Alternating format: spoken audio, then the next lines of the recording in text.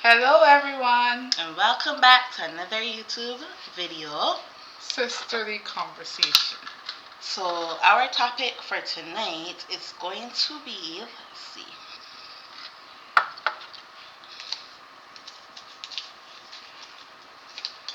uh,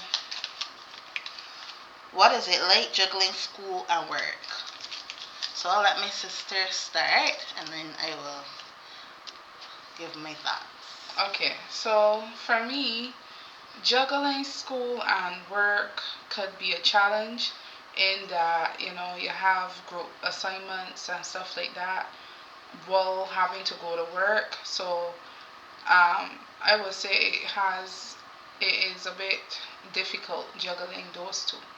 So I'll give you an example of what I mean. So like sometimes you might have a shift from, let's say, 9 till 5, or if you're part time, 9 till 2, and your group members might not be available for the time that you are available, and they want to do meetings, let's say, in the middle of the day when you are at work, and then they get all attitude and stuff like that. So sometimes those are things that could actually um what was the word, like, deprive you from literally learning. And then it's like, oh, I doing all the work and she ain't doing any work, and it's a whole set of baffle. So for me, it's more so like timing, being able to finish your assignments and what's not. Um, Another issue that I would say with school and work is that sometimes your job is so demanding that sometimes you might have to skip school in order to, you know, make sure that you have a roof over your head. And then you can look at it from the standpoint of having something to skip work to go to school because you have an assignment or whatever. So for me, that is the biggest challenge. But to be honest, I believe life is a balance. So even though that you have those moments, it's not going to happen every day. And just make sure that you balance out your time. So when I was a student, I was working in a part-time job, and some days I only work like 1 day a week, sometimes 4 days a week as well. So that worked out for me. But for other persons, it might be a little harder. So Shanity, you can join in. Well, I will pick up from where my sister left off and say that working and going to work and going to school, especially at the same time, is a sacrifice, and it calls for like a lot of um, determination, um, resilience as well, and just some days you feel that you will pull out your hair or whatever. But let me just start with my own story. So basically, I was fortunate enough when I was in college. I went to George Brown College in 2014, and I was fortunate enough to not have to work and go to school during that time period. So I I was pretty financially stable at that point. Um, Even though I was not working, I had support, and I also had a bank account, a certain amount of money in my bank account. So I was fortunate enough to not to have had to work and go to school at that point. However, I knew there were some international students like me that had to work, um, even if it was a 1 or 2 day, like how Tony was talking about. And because obviously they had to contribute to whatever whether it was food, whether it was um, rent or whatever, they had to contribute in some way. Um, but now let me move on now to university. So university life now, obviously after college, I worked a lot of years. I was working as a registered early childhood educator for a lot of years after college, and that was my career at that time. And so when I decided to go back to school, I was in my late 20s, and I think it was like 28 or something, or 29 or something, when I went back to school. I can't remember, something like that. But I went back to university, so York University, and I had to work and go to school during that time period. Before actually going to school, though, I had already transitioned from working a full time job to a permanent part time job, which kind of was like a full time job in a way because technically, like, pretty much everything I did in the full time job, I kind of did in that part time job. It's just it was cut, the hours were cut, so I was working like 5 hours at that time. So basically, and I was working every day, Monday to Friday, sorry, for 5 hours, right? And so basically, I had already had a routine down pat. I've been working, like I said, I was working a good couple of years, working in the field for a good couple of years. So it wasn't like I had to learn anything new, so to speak. But then when I started school, in the beginning stages, it was not a challenge because um, during that time when I started school, pandemic came on. So school was at home learning. Basically, we're learning from home, and then I didn't work either at the time. Well, work was working from home too, basically. So everything was at work. Sorry, everything was at home. So I was able then to maneuver and stuff. It was a lot easier in that sense. But when the pandemic passed then, and then I started going back to work physically, and then I had to go back to school physically. That's where the challenge really came in, because as Tony said, there were assignments, there were even some classes was a bit of a demand, because some classes you had to be there, you know what I mean? And then obviously if you had to work and you have to be at classes, like, it wouldn't work. So I had to find ways of strategizing. I had to find strategies to work it out so that I could do what I had to do.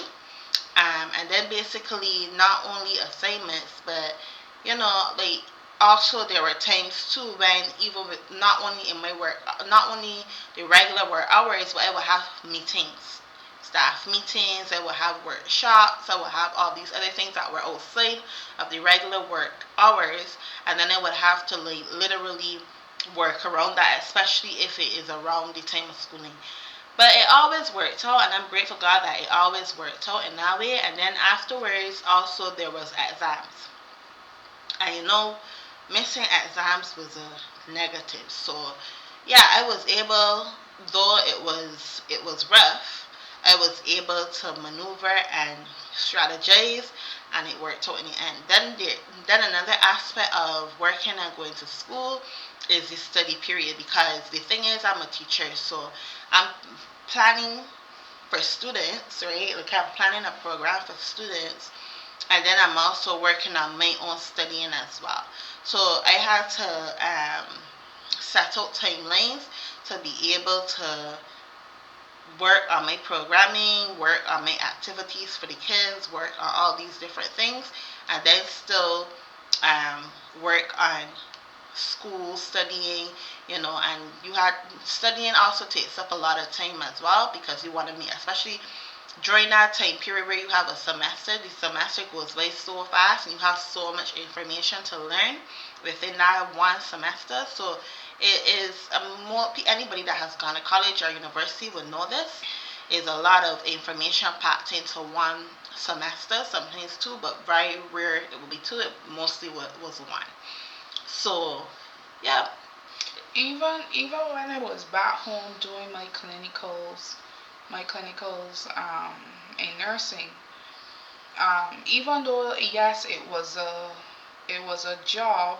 Sorry, even though it was clinicals, it was like a job, because you still had to do care plans for that particular subject or that particular field, and then you still have your classroom work to do as well. So that was really difficult at some points. It causes your body to go under a lot of stress and stuff like that, because for me personally, I actually had missed my period due to all of that workload, because it was clinicals, you had to do a research project, and you had your other assignments too. So those are things too that you have to be mindful about But once again, as I say, once you balance your time, you should be good. And I know we don't have children, but there are some parents who go to school, who work, and who also have children A as family well. to take And they care of. have a family to take care of. So you gotta find ways on how to do your studies and stuff. My sister studies way different than I do because I don't study. I just I would do the assignment if I know that I got a test. I probably would just maybe look at a book in between or whatever, and then I would do the exam or whatever. But she's a person now that got to study at least a week before or 2 weeks before to make sure she grasps all the information. But I'm a visual learner too. I don't know what type of learner she is.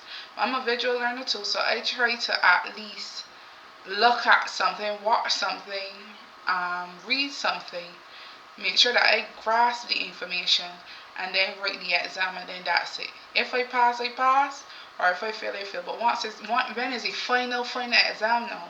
That's when I go from top to bottom. So everybody's study style is different. You just gotta know what works for you. Right, and then I just want to point out also it's not only people with children as well, it's even people with a partner because when you have, when you're in a relationship or even people that are single, you have, especially when you're an adult, and you don't have your parents there to do stuff for you or whatever, like, you have to do your own laundry, you have to cook your own food, you have to clean your own house, whatever.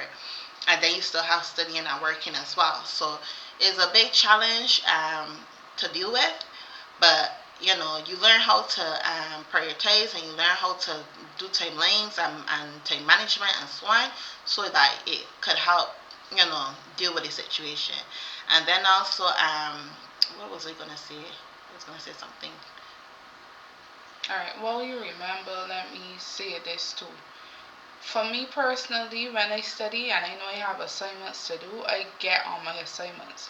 I think that's another issue why people have problems working and going to school. If you know that you have an assignment, pick at it.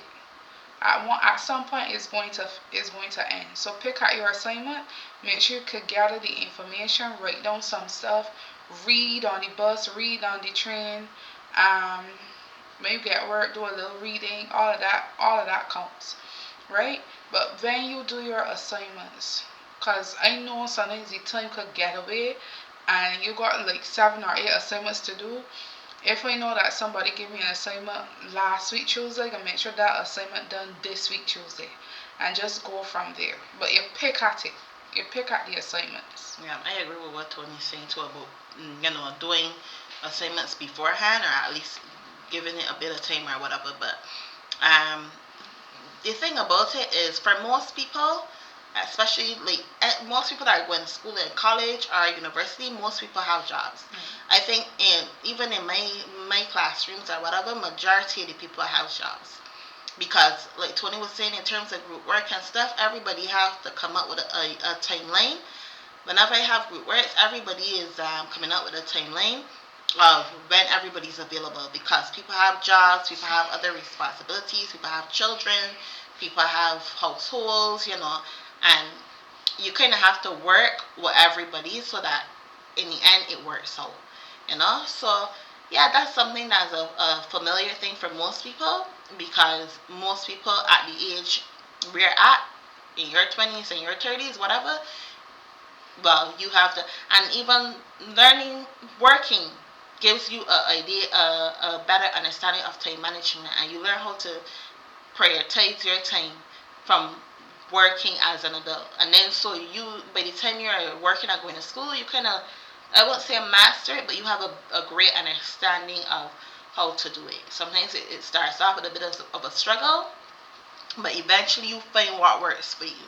So that's pretty much what And I then have. there are some people too who don't like to work and go to school as well, because sometimes that could also cause a challenge for persons. Because I have heard of people who would have had a mental break or whatever because of all the stress. There's so much stress because it's home stress, work stress, and no school stress.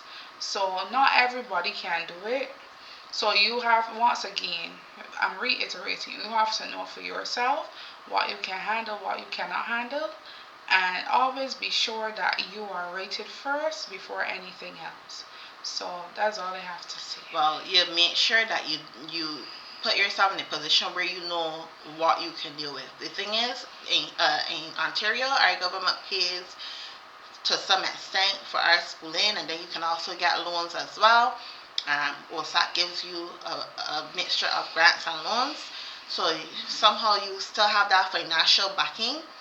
And then of course there are part-time jobs. Sometimes you can do a temporary job, or like not temporary, but a job where you do it when you're not going to school. So you tell them your hours that you're not going to school, or your days that you're not going to school, or whatever, and they'll be able to work around it. Then of course there are also jobs on the school compound as well, that you can do, and it is a better situation because they know you're a student as well. So you kind of do what works for you. There's some situations too where the partner, if you have like a husband or a boyfriend or whatever, they kind of work while you go to school. Different situations. If you're young, your parents might just let you go to school or whatever. So you kind of work with your own personal situation. Right. So for me personally, I've had to juggle it, but it has been difficult in some ways, but I make it work. So that's it for me. Yes. So leave a comment under the video letting us know how you feel about work and school together, doing it together, and you can let us know. Leave a comment. Tell us. Like, share, and subscribe. Until next time. Bye. Bye.